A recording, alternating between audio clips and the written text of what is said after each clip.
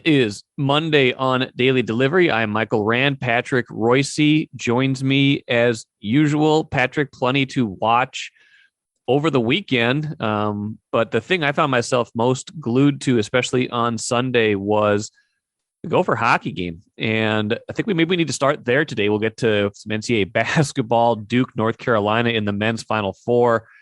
Wild and Wolf style. I want to get Twins thought from you as well towards the end. But my goodness, Patrick, that Gophers hockey team, they are awfully good. And that 3-0 win over Western Michigan on Sunday was just kind of a textbook game from start to finish, especially when you're getting to this time of year.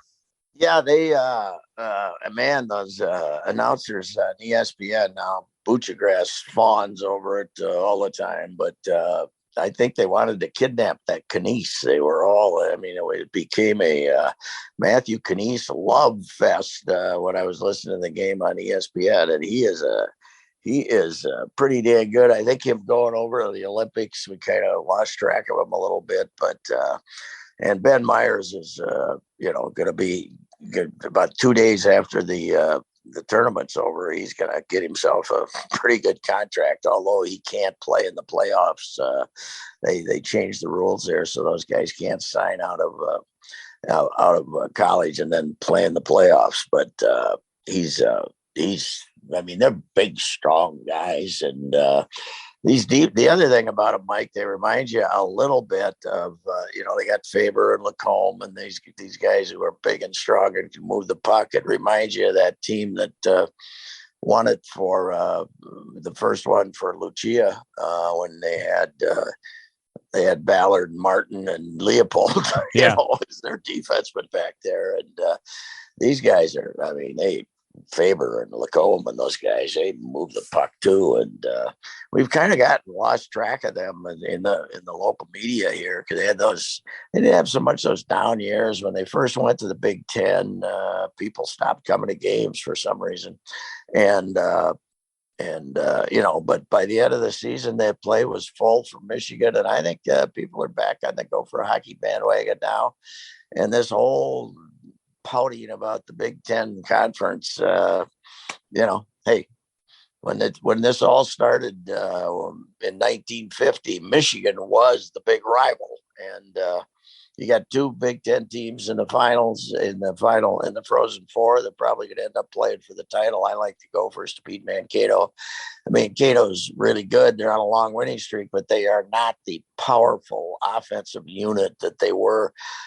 In 2000, Mankato was the best team in the country, and then they shut down the tournament. And then last year, I thought they should have won it, but they they got caught by St. Cloud, and I think it was St. Cloud, and beat them in the semifinals after they ate up the Gophers 4-0 in the quarterfinals. But I think it's a Gophers Michigan final, and they looked awful good.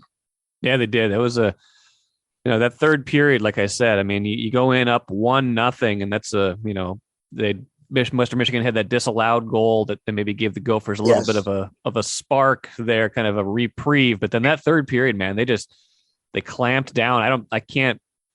You can count on one or two fingers the number of real chances Western Michigan had in that third period. And the Gophers were staying good mix of aggressive and safe, and, got that early second goal, which obviously helps a ton too, but they just never really gave Western Michigan that opening to get back in the game. That's impressive because it's hard to close out good teams anytime, but it's especially hard in those tournament games where, desperation sets in. But there was just such a calm in that third period that I saw from them.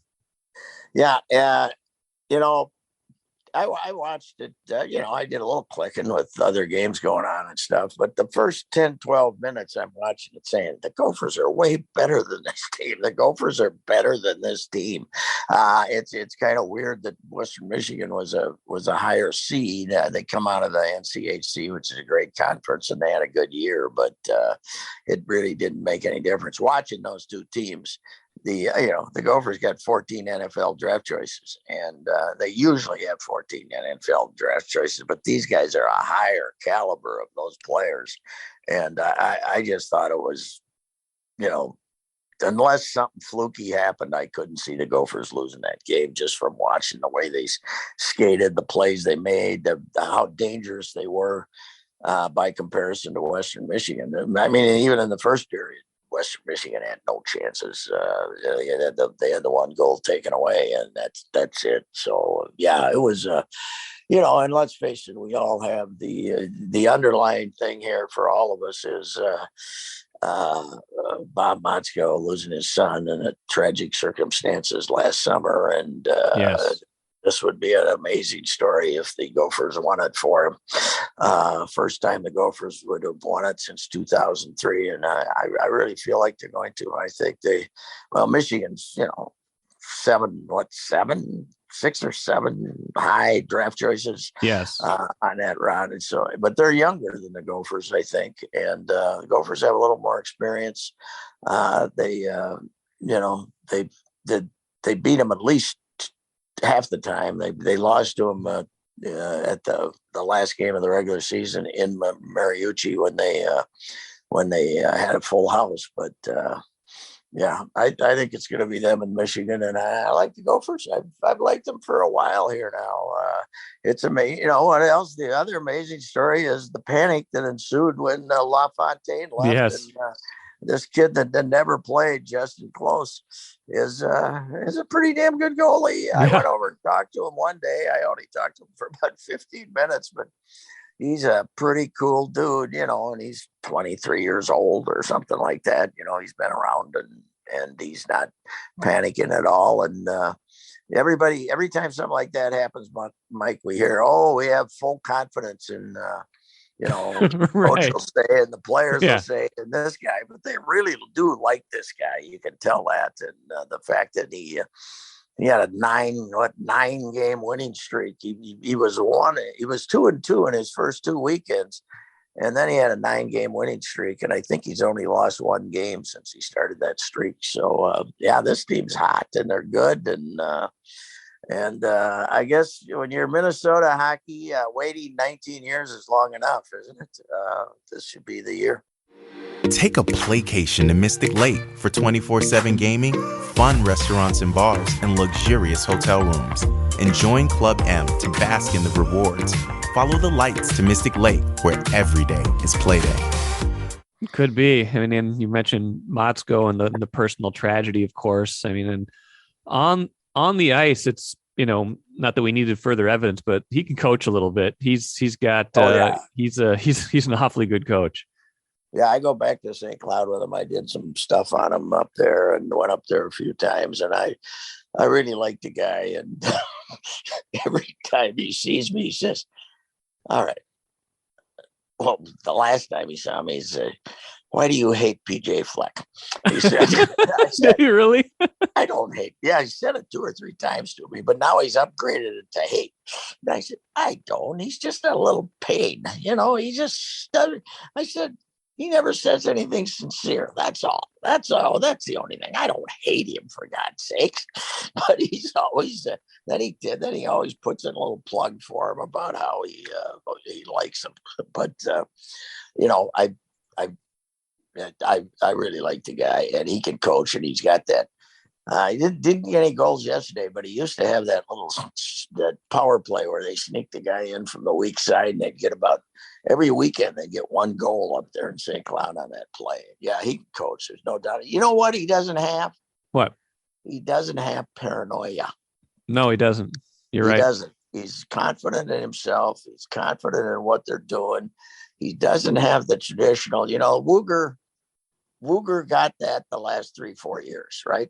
When things started going bad, and Lucia had it from day one. And he did the Gopher coach expectation thing can drive all of them crazy, right? Going all the way back to Brad Butel. Yeah. But the one thing that helps now is there aren't those expectations anymore. It used to be if you didn't make the Final Four, you had a failed season. And if you didn't win it about, most of the time, they were mad at you then too. But the college hockey is so balanced now by comparison that we don't we don't automatically assume the Gophers are going to be one of the top 3 teams in the country, and now they are. So, and they, they're really a talented group, but well coached too. That's for sure. And thank Louis Danny. Louis Danny held Coyle's hand through the whole search for this guy and convinced him to hire a guy who was 55 or so when he hired him, right? In 56 maybe. So there was some movement to get a younger guy in here, but Motzko's he's done great, and they're bringing in the big time recruits again. This kid that was supposed to go to Notre Dame, the number 1 guy in the country, changed his mind, and he's coming in here. So it's we got to wait 2 weeks. The goofy hockey schedule, but it's the basketball Final Four is a little earlier this year, so then. The hockey's April 6th and the 8th or something like that, right?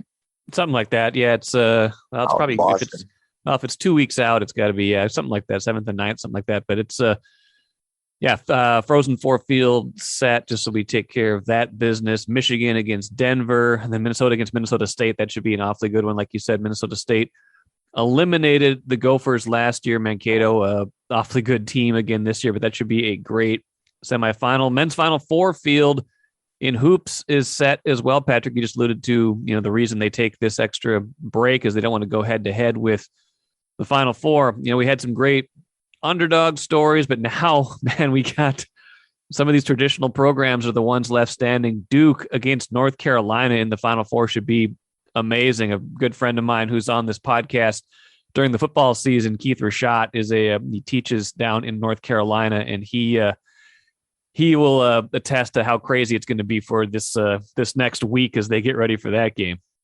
It would be fantastic if North Carolina, the arch rival, the hated rival, could be the one that ended it for Krzyzewski. I'd be yes. I'd do a little dance around the den down here to see that, but I don't think they're. Somehow they blew them out in the ACC tournament.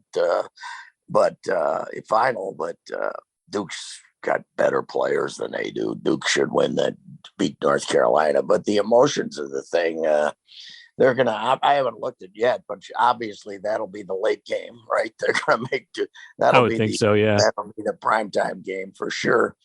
And then, I think Kansas is the team that's got a chance to beat them, but Villanova will come out and make that game as ugly as sin too. Heck, they could win. That guy can coach, man. Jay Wright, but his team shot 28.6% and they're going to the Final Four. There has been some ugly college hoops in this tournament, even since we got in the Sweet 16.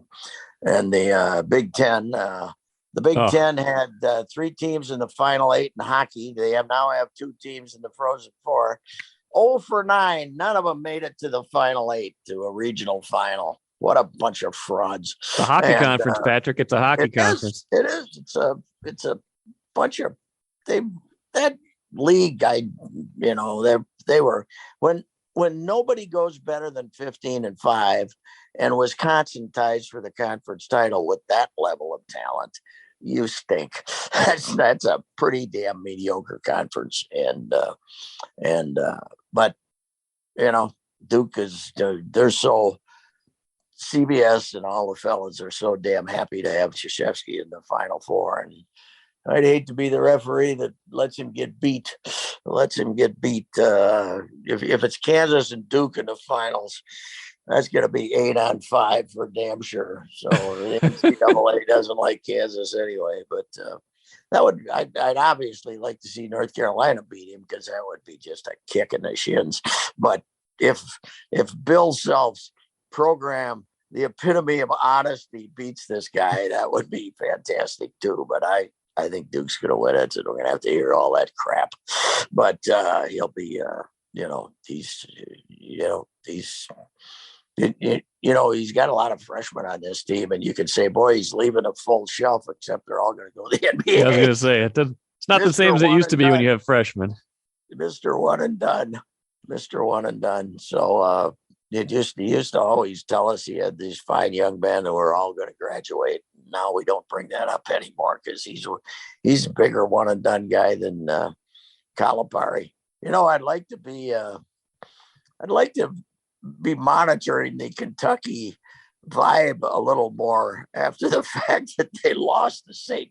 If their fans watched St. Peter's yesterday, they had to be throwing stuff at the TV, Kentucky, that we lost to this collection. Right.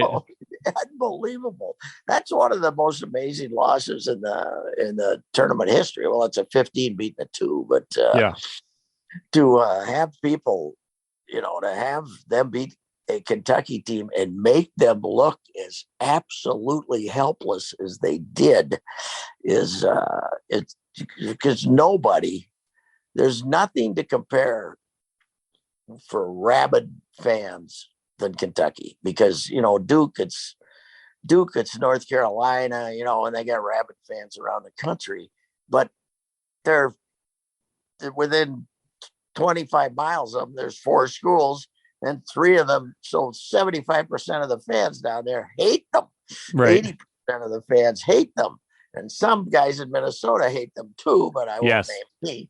But it's 2 of them might be talking on this podcast right now. Yes, Kentucky. I just can't stand the whole pompous thing. But you're gonna have to do it. You're gonna have to beat them and stomp them into the ground, because you're not gonna get any help from the officials. That's for sure. No, the women's bracket is halfway set. Stanford and South Carolina are in. Good one tonight, especially. There's the 2 other finals, region finals are tonight, but Connecticut and North Carolina State are probably the one that we are going to be watching most closely. Trying to see if Paige Beckers can get to Minneapolis, if she can join her UConn teammates. They're trying to win their first title in like 6 years. How much have you been watching that tournament? A little bit. I've watched some, but there's, South Carolina game was a blowout, and that was the one I was kind of interested in. But UConn's actually the 2 seed tonight. Correct. But Louisville's going to get here too, so you're going to end up with at least 3 number 1 seeds. There was early on there were some rare upsets in the women's tournament, but if NC State wins, you're going to have 4 number 1 seeds, and you can't exactly look at UConn and say, "Oh, well, we had a surprise here." They made what an underdog. Poor Gino. Somehow he won with 8 of the 12 best recruits in the country, but that's okay. Right. It's his team, but South Carolina is going to be tough to beat. But this was a UConn year where they lost 3-4 times, right? Which is an incredibly high number, but they didn't have half their team when Beckers was hurt and some of the others. But it was, I think it's certainly a lot bigger event than when it came here in 1995. Oh yeah. And it's in the basketball is certainly more interesting, and I think it's time to stop whining about how we've treated women's sports in the past and celebrate the thing, right? Let's do it. Let's stop whining, and have a good time celebrating it. Although I have to say, I had a 53-minute conversation with my old friend Chris Voles last week, and I'm writing a column for Wednesday at the Wednesday, Hall of Fame column, right? Long piece for Wednesday, and once our conversation was done, she started texting me to fill in the blanks, to remind me of some of the sins of Sid and I. So it's pretty good. It's going to be a little more personal than I wanted it to be, simply because of some of the communiques I've got to him. I made the mistake of calling her obstinate in the conversation. Uh-oh. But she went with headstrong, and I said, "You're right. That's a better word, headstrong." I said, I don't know. When I was talking to her, I said, I don't know if I want to use this, but it comes to mind, obstinate. So But, you look at her and Ritter Arena, paid for by one of her pals, Kathy Yep. Ritter, the softball paid by John and Sage Coles. Sage Coles was one of her pals, and the hockey, soccer too, right?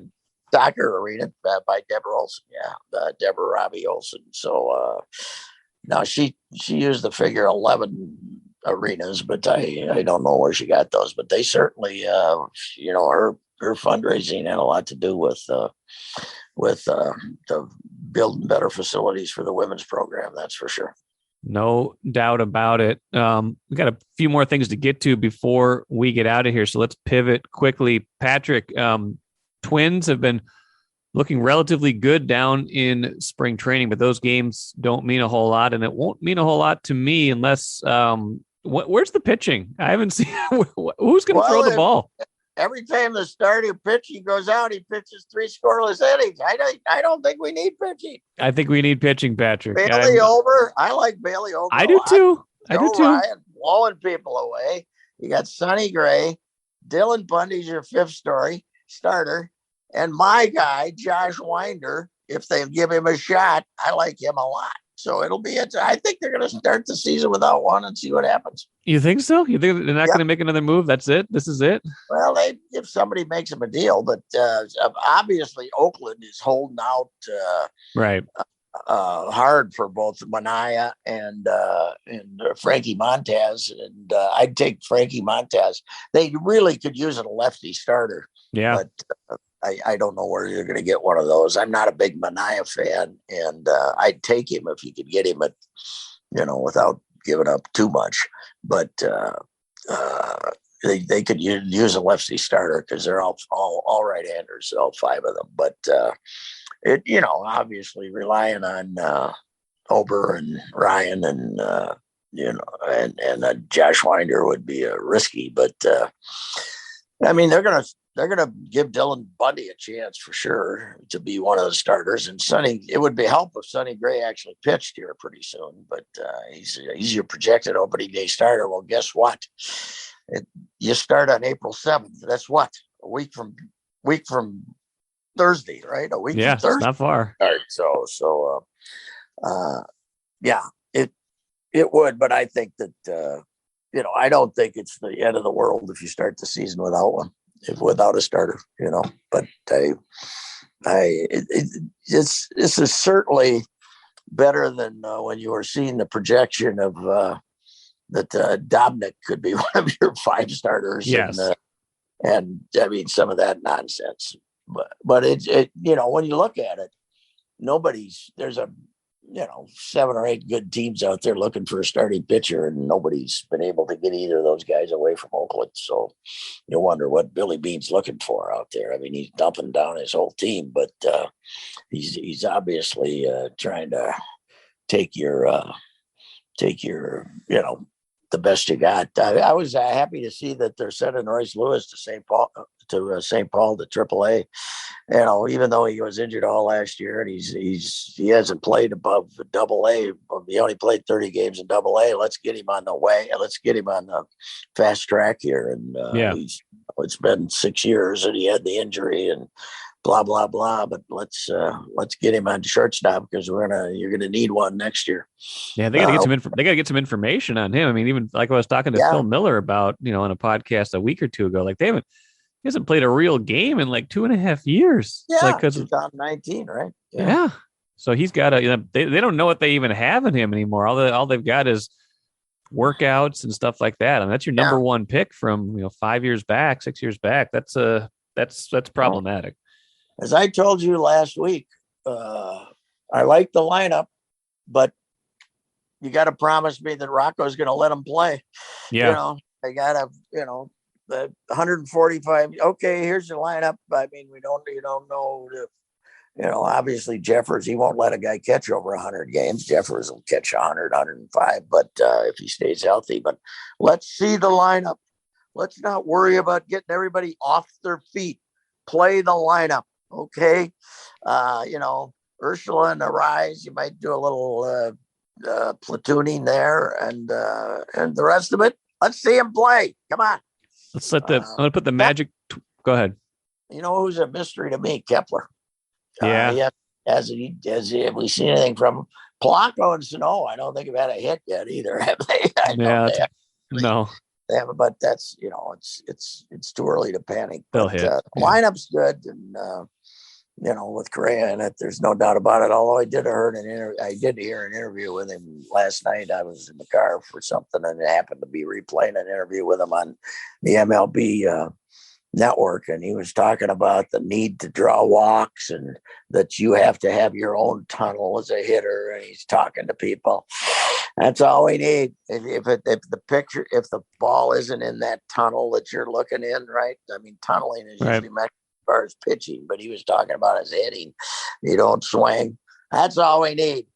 Fewer swings in baseball. Let's keep if we can just get rid of some of that hectic action.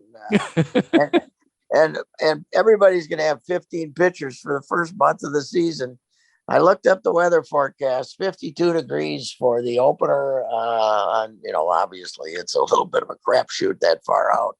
52 degrees. And each team, I got us at 13 pitchers in 4 hours and 2 minutes already. If it goes 8.5. So that first month is going to be miserable with all the extra pitchers these guys have. So. Here's the magic number, Patrick. I just came up with this on the spot. 260 is the magic number. That's the Buxton and Correa play that many games combined this year. If they get to that's your magic number for a successful season. Well, I guess with Buxton's track record, you got to say that, and Correa's been hurt some too. But I guess you'd take 260. I'd take 130 apiece from those guys. Yeah, I'd like to see 280. But, I would too. That'd be my goal. 6 days a week, whatever that adds up to. But obviously, the odds of Buck not hitting the DL at least for 15 days. And by the way, another Ricey irritant. Yeah. Injured list instead of disabled list. What's wrong with disabled list? We're not making fun of any protected group. We've used it for 500 years. And of course, I always use it, and it always gets changed in the your copy press box. Yes, I always put disabled list in my copy. The hell with it. But because the DL was easy to say, right? The IL, people don't know what the hell you're talking about, right? So anyway, that's another point. But I have no trust in our manager for the main reason he won't play people. He had those injuries that ruined his career, and he thinks he can avoid those. You can't avoid them. Baseball, it's a marathon. It's a grind. You can't keep people fresh. You're not supposed to keep people fresh. Play them. Put them on the field. Let's go. Speaking of pet peeves of yours, you were talking a week or two ago, I think, about Dean Evison and how they play this nice open style hockey. Then right after that, he said, we got to clamp down a little bit. And they've been winning games 3-2 a lot lately. They still get up and down a little bit, but man, they've tightened that thing up a little bit and they've been winning. So they changed their roster. Yeah. But they're, you can't play 3-on-3 when the playoffs come. That's, no. All these overtime wins at home. I think that so far they're 4-0 in this homestand, is it? Or 5-0? They got a 9-game homestand. But the last 3 have been in overtime, right? At least the last 2 that I remember. Well, 3 out of 4 have been, you can't, and they win it. They don't have to get to the shootout. Usually they play it. They did win a shootout the other night, but they play 3-on-3 and they're fantastic in 3-on-3, but that doesn't do you any good when you get the playoffs. You got to play then. But when Marc-Andre Fleury's your backup goalie, you're in pretty good shape. So it'll be interesting. But Talbot's been playing great since the trade was made. So I guess that was a hellacious game yesterday. I had too many other obligations to watch other stuff, but it was. I was talking to Judd Zulgad last night, and of course, Judd never misses any games. No. He was breathless still with excitement an hour and a half after the game about what a good game it was. So, and Colorado's Colorado's, if you go back about the last 3 weeks, the Wild has a better record than Colorado. They're good. And the reinforcements beyond, beyond bringing in the goalie, he did some other things to, he tried to toughen up the defense, old time, toughen up the defense. And they did that because they're the back end of that defensive group, which was playing pretty good early, had kind of gone in the tank on them. So, they're good. We're going to be, and here's what's amazing, Mike. I think the Timberwolves have 9 games left, is it? Not even. I think they have eight. Yeah, 8? I don't even know what's No, that mean. It might be 6. Yeah, aren't they 43 and 33 now? Left. Yeah. The hockey team's got 20 left. I know, because of that Olympic break they didn't even need. Yes, and it's they're gonna be awarding a cup. What are they? They're supposed to be June 30th or something like that. But it's late. Later than that. They must really crank up the schedule here the next 6 weeks or something to get 20 games played. But the regular season ends like 2 weeks after the NHL, NBA does. It used to be April 29th is the last game of the regular season, so they've got a lot of games left. And then you're going to try to get 16. They've got 18 games left. Yeah, and you're going to try to get 4 rounds of the playoffs played in 2 months.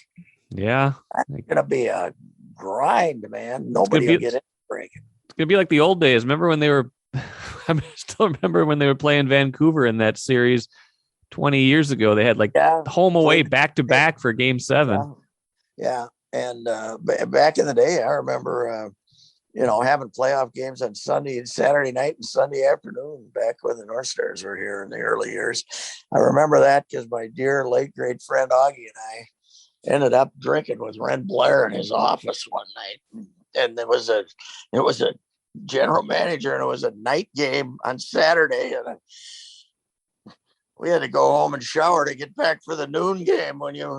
Back then, it was dangerous to be drinking with the Ren because he didn't like to sleep. I'll tell you that. So it was but I remember that they're playing a series with St. Louis, and it's a Saturday night game and a Sunday afternoon, like 1 in the afternoon. That's amazing. It was incredible. Hockey, just go play. Why not? There's always the danger of overtime, though. The most frightening thing in sports as a sports writer is covering hockey playoffs, because just because it starts tonight doesn't mean it's going to end tonight. That's my life. You could be there till 2 a.m. So, that was you were with us in Vancouver when we all had the game ended at midnight. We all had our stuff. 1.2 seconds. 1.2. Who got the goal? Platt got the winner, right? Platt got the winner in overtime. I can't remember who tied it, but somebody tied it with 1.2. Yes, seconds. They did. We're all, we all enjoyed that. We enjoyed Jock, and we enjoyed that team because they were just a bunch of ragamuffins, Gaborik and a bunch of guys. Right. And it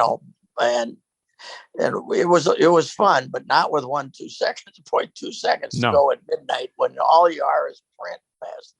Back then we were basically only print. So it was, I think the online was around, but it wasn't a big deal in 2003. It was just publishing whatever went in the newspaper. Yeah. It really was. The profanities that were being shouted in the corner of the press box that night, though, were historic. That's for sure. I think Chip Scoggins might have thrown his pen. I believe that might have happened. Yeah, I had an early column written, and I called them and I said, just keep that in there and I'll send you one as soon as I can. They said, we already put it in the back of the section as a sidebar.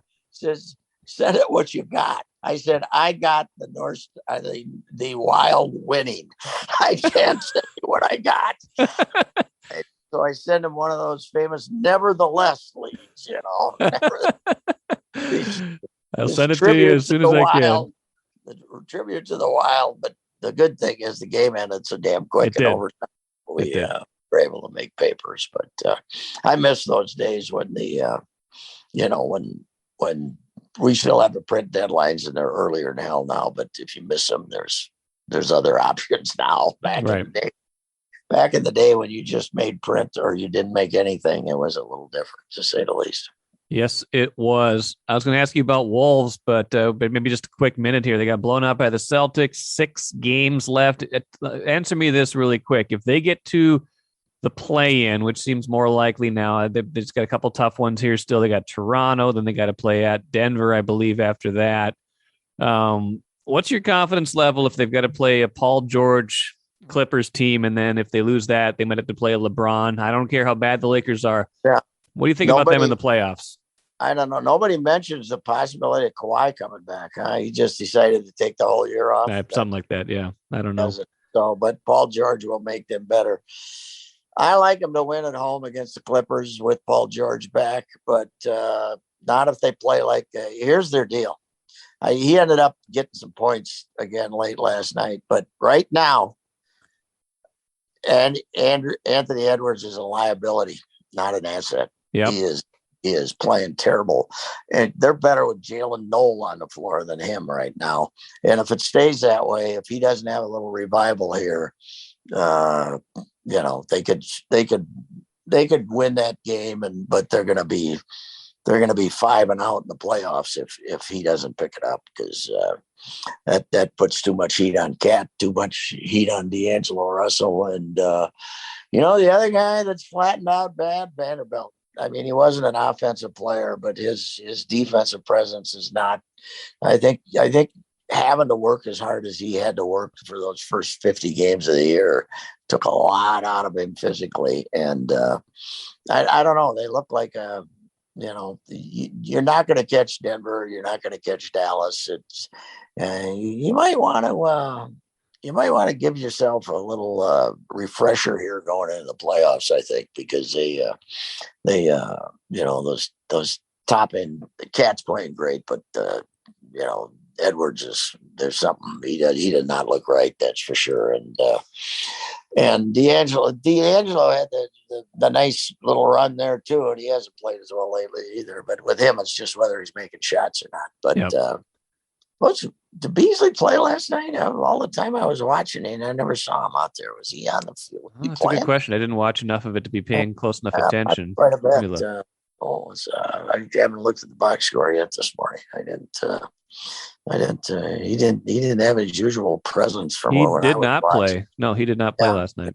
Yeah, I don't know what that is about. So, but yeah, my confidence level is that they can make it through the play-in still, but not that they're going to do anything when they get to the playoffs. How about the Boston though? Has there been more bad things? Incorrect things written about a team ever? 2 months ago, you can't have both Jason Tatum and Brown. They play the same position. You got to get rid of one of them. This team's a disaster, and for 2 months they've been the best team in the East. They've been unbelievable. Those two guys had 65 points between them last night. So they're pretty good. I think they're in the Eastern Finals against the Sixers would be my guess. So, meanwhile, Miami's gone in the tank, and Jimmy's mad at everybody. That's fighting each other on the sidelines. Yes, that's got to send Will Smith to intervene. Why? Yeah, what? I missed that. I usually watch. I gave up on the Academy Awards about 3 years ago because and in this case, you haven't seen that many of the movies, so you don't watch it. But I'm reading all this stuff about the punch at midnight last night. That's unbelievable. It's not two guys trying to pick up the Academy Award ratings for the future, are they? I don't know. I don't sure got people talking, but he slapped him pretty good. So I don't know. Yeah. Well, it was Chris Rock took it. Apparently I haven't looked at the video. Because I like both those guys. So but Will Smith winning for that role. Yeah, there's something political about that. He wasn't that good. I didn't think he was okay, but I didn't see. I didn't see. What's amazing to me is the Power of the Dog is getting all these good reviews. They didn't end up winning, but Cumberbatch carried that movie, and I don't think he got nominated, did he? I can't remember, but yeah, he's good in everything though. He's so good. Yeah, he was good, but he played this haunted Yeah. frightening human being in that I mean, that's one of the few that I saw, and it was good. My favorite movie of the year was Belfast, and it didn't win that much, but Campion wins the director and the whole thing, and Cumberbatch carried that whole movie. So although she's a great actress, Kirsten Dunst was really good in there too. So anyway, that's all I know, but I missed the slap, and I'm kind of upset about it because I know a lot of people are joking about it, but it kind of bothers me because I think those are two admirable characters, yes. as I can tell. So, hey, I guess we don't want to be funny anymore. So, and it might not have been that funny because her hair loss is based on some disease or something. So, right. Anyway, I didn't see it. So, and I'm not in a big hurry to look at it either. So I only saw it on the Twitter clips because I think it was edited out of the broadcast. But yeah, it's or bleeped out or something. But it's something happened. It was I guess we'll probably know more in the coming days. We'll know more about sports, Final Fours, Frozen Fours in the coming days as well. Patrick, great stuff as always. Good catching up with you. We'll do this again next week. Yeah, never thought I'd be rooting for UConn in basketball, but I am. So there you go. UConn women in basketball, but yeah, we all want them to win tonight and get Miss Beckers here. So let's do her. Let's do it. Thanks, Patrick. All right, bye.